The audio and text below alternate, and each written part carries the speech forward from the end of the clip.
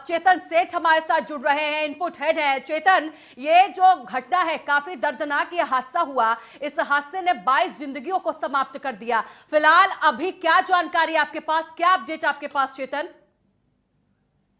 जिस तरह से हादसा हुआ है और लगातार मृतकों की संख्या बढ़ती जा रही है। पहले खबर थी कि 5 लोगों की मौत हुई है, उसके बाद 7 और अब आंकड़ा बढ़ते बढ़ते 22 लोगों पे पहुंच गया। इस बात की पूर्व मंत्री विजय लक्ष्मी साधो ने इस बात की पुष्टि की है। लगातार जिस तरह से मध्य प्रदेश में हादसे हो रहे हैं, इसके पहले भी रीवा में भी एक बड़े 2 हादसे हुए हैं जहां पर भी ऐसे ही लोगों की मौत हुई थी। अब ये बड़ा हादसा इसलिए महत्वपूर्ण माना जा रहा है कि जिस बस से हादसा हुआ था, इसकी कैटेगरी में आपको दिखा दूं। मध्य प्रदेश ट्रांसपोर्ट की एक वेबसाइट है, यहाँ पर पूरी डिटेल दी गई है। बस का नंबर MP10P7755 बस का नंबर है। नीरज सिरोही बस के ऑनर हैं, सेकंड ऑनर है बस के हैं। डीलक्स बस कैटेगरी, यानी कि बस की जो कैटेगरी थी वो डीलक्स बस की रूप में कैटेगरी थी। इसके बाद ही अगर हम इंश्योरेंस की बात करें तो ये इंश्योरेंस इनका 13/11/2015 में ये वैलिड हुआ था, यानी कि इंश्योरेंस करवाया गया था, और 22/11/2016 उसमें ये एक्सपायर हो गया। तो आप देख सकते हैं तस्वीर, 22/11/2016 के बाद इस बस का इंश्योरेंस नहीं कराया गया, और यही वजह है कि इसको एक महत्वपूर्ण घटना के तौर पर देखा जा रहा है। यानी कि अगर हम रजिस्ट्रेशन की बात करें तो रजिस्ट्रेशन डेट 16/11/2025 है। इसके लगातार जिस तरह से मैन्युफैक्चरिंग डेट 2015 की एक गाड़ी मॉडल बताई जा रही है, यानी कि 8 साल पुरानी ये बस है, और 2016 में इस बस का इंश्योरेंस खत्म हो गया था। यानी कि 7 साल से बिना इंश्योरेंस के बस मध्य प्रदेश की सड़कों पर दौड़ रही है। लगातार जिस तरह से मध्य प्रदेश में हादसे हुए, 22 लोगों की आज मौके पर ही मौत हुई। लगातार शासन प्रशासन हर संभव मदद का प्रयास कर रहे हैं। मुख्यमंत्री शिवराज सिंह चौहान ने मृतक परिवार को 2 लाख, जो ज्यादा घायल हुए उनको 50,000, जो कम घायल हुए उनको 25,000। इसके साथ ही प्रधानमंत्री नरेंद्र मोदी ने भी घायलों के लिए 2 लाख और 50,000 रुपए की यहाँ पर व्यवस्था की है। लेकिन जिस तरह से तमाम मध्य प्रदेश में हादसे हो रहे हैं, बता सकते हैं कि मध्य प्रदेश का परिवहन विभाग क्या कर रहा है, क्योंकि लगातार जिस तरह से हादसे होते हैं उसके कुछ दिन बाद बड़ी कार्रवाइयां मध्य प्रदेश में देखने को मिलती हैं। यानी कि 2-3 दिन तक आपको देखना होगा, परिवहन विभाग अब एक्टिव हो जाएगा, बसों पर चालानी कार्रवाई करेगा। लेकिन वो चालानी कार्रवाई केवल खाना पूर्ति करके पूरी खत्म कर दी जाती है। लगातार इस तरह की जो बसें मध्य प्रदेश की सड़कों पर दौड़ रही हैं, अकेले ही हम अंचल की बात करें, वहां पर खरगोन और इंदौर की बात करें तो 2000 से अधिक बसें सड़कों पर दौड़ रही हैं। उसके बावजूद इस तरह के हादसे हो गए कि कई बसें ऐसी हैं जिनके पिछले 5 और 7 साल से इंश्योरेंस रिन्यू नहीं कराया, बसों का फिटनेस मेंटेन नहीं हुआ। यानी कि जो बस चलाने के परिवहन विभाग के मापदंड होते हैं वो पूरे नहीं किए जा रहे हैं।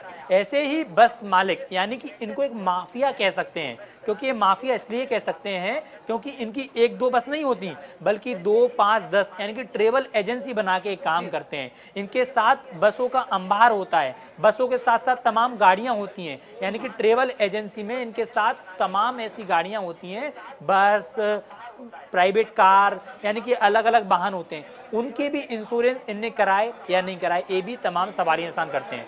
आज मध्य प्रदेश में एक बड़ी कैबिनेट की बैठक चल रही है, उसमें भी सभी 22 लोगों को श्रद्धांजलि दी गई, और सबसे पहले इसी बात पर चिंतन किया गया कि आज खरगोन में जो बड़ा हादसा हुआ है, 22 लोगों की मौत हुई है। लेकिन सरकार, इलेक्शन नजदीक आ गए हैं, लेकिन हर संभव मदद देने का प्रयास जरूर करिए। लेकिन क्या यहाँ पर कई तरह के सवाल, बड़े सवाल खड़े होते हैं, क्या ऐसी जो बसें जो पिछले लंबे समय से मध्य प्रदेश की सड़कों पर दौड़ रही हैं, क्या उन पर कार्रवाई नहीं होनी चाहिए?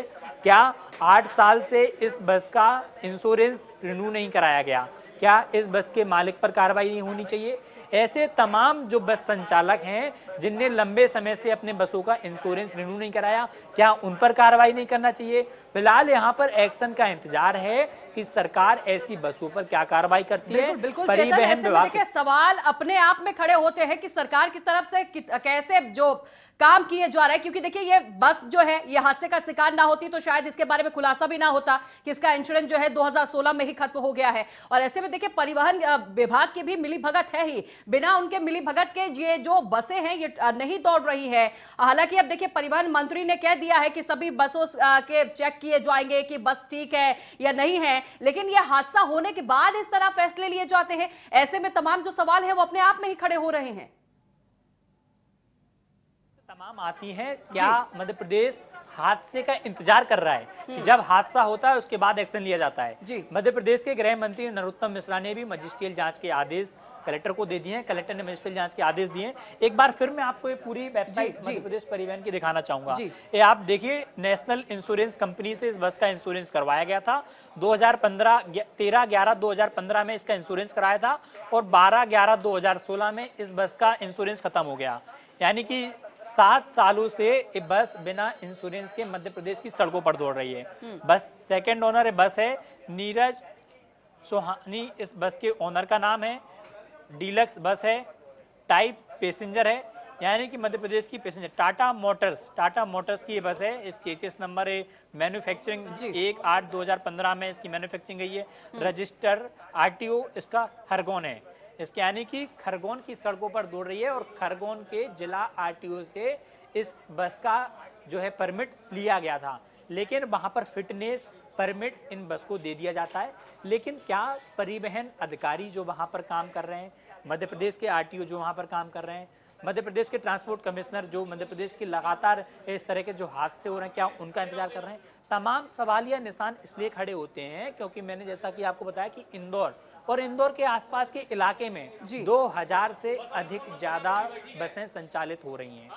अगर क्या अधिकारी खाना पूर्ति के लिए कार्रवाई करते हैं क्योंकि क्या हादसे का इंतजार कर रहे होते हैं? तमाम सवालिया निशान इसलिए खड़े होते हैं क्योंकि आज इस बस हादसे ने 22 लोगों की जान ले ली। तो क्या वहां के परिवहन विभाग अब अलर्ट होगा?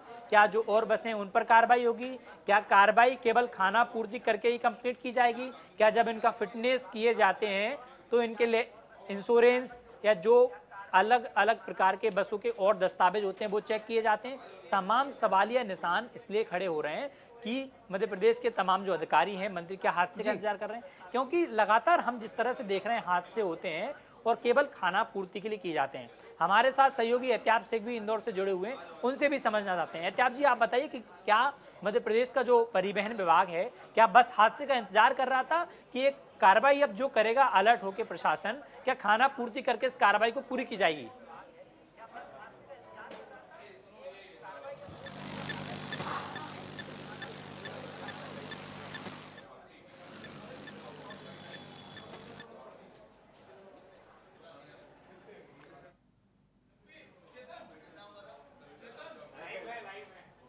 तो लगता है एहतियाब तक आवाज नहीं पहुंच पा रही है, उनसे फिर से जुड़ने के लिए कोशिश करेंगे। और लगातार देखिए, आपको हम तस्वीरें वहां कर दिखा रहे हैं। आपको जानकारी दे दें कि इस हादसे पर प्रधानमंत्री नरेंद्र मोदी ने